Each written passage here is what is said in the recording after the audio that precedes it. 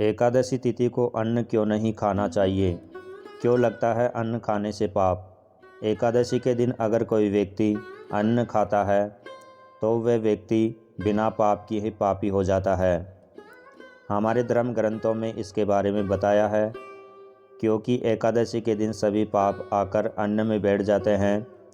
जब एकादशी तिथि आई तब सभी पाप चिल्लाने लगे और कहने लगे कि अब कहाँ जाए, एकादशी तिथि हमें जलाकर भस्म कर देगी।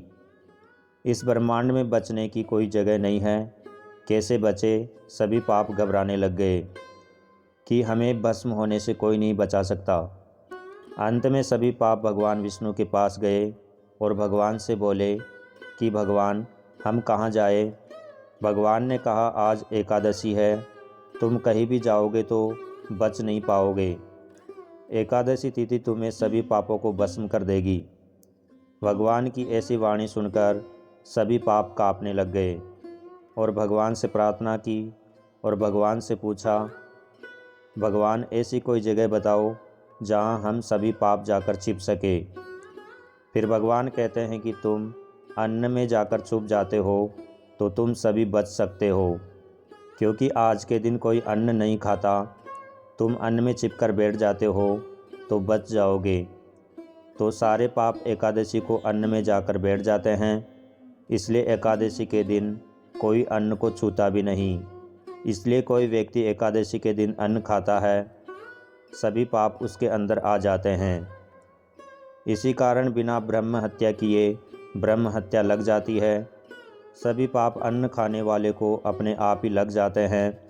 इसलिए एकादशी तिथि को किसी भी स्थिति में अन्न नहीं खाना चाहिए। इस तिथि को व्रत अवश्य करना चाहिए। एकादशी का व्रत अगर कोई क्षत्रिय करे तो फल आहार कर सकते हैं। अगर कोई ब्राह्मण एकादशी का व्रत करे तो वह दूध पीकर व्रत करना चाहिए। और वैष्णव दूध के छेने से बनी चीज़ें खाकर व्रत कर सकते हैं, फल आहार भी कर सकते हैं। और बाकी के कोई व्रत करता है तो फल आहार करके व्रत करे। अगर छोटे बच्चे व्रत करें तो फल आहार ले सकते हैं और व्रत कर सकते हैं। ऐसा माना जाता है कि एकादशी के दिन चावल खाना महर्षि मैदा के मांस और रक्त का सेवन करने के बराबर है। इस कारण चावल और जौ और गेहूं को जीव माना जाता है। इसलिए एकादशी को भोजन के रूप में चावल ग्रहण करने से परहेज किया जाता है, ताकि सात्विक रूप से एकादशी का व्रत संपन्न हो सके। यहाँ तक कि जब व्रत का उद्यापन कर लिया जाए तब भी एकादशी का व्रत करना चाहिए। एक तिथि ऐसी भी आती है, निर्जला एकादशी। इस दिन कोई भी जल नहीं पीता है। यहाँ तक कि श्रावण महीने में त्याग करने का विधान है। इसके अलावा तेल का त्याग करते हैं। हमारे शास्त्रों में वस्त्र के त्याग की विधि भी है। अमुक अमुक दिन ये वस्त्र नहीं पहनो, ये बताया जाता है। इसके अलावा दूध दही का त्याग करना, इसके बारे में कितनी महिमा बताई गई है।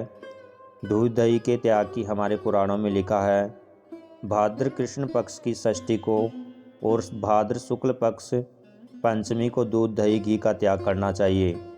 तो दोस्तों, इस वीडियो में आपको जानकारी कैसी लगी? अगर जानकारी अच्छी लगी है तो वीडियो को लाइक कर दीजिए, शेयर कर दीजिए। ऐसी जानकारियाँ जानने के लिए आपके अपने चैनल आध्यात्मिक ज्ञान MK को सब्सक्राइब कर लीजिए।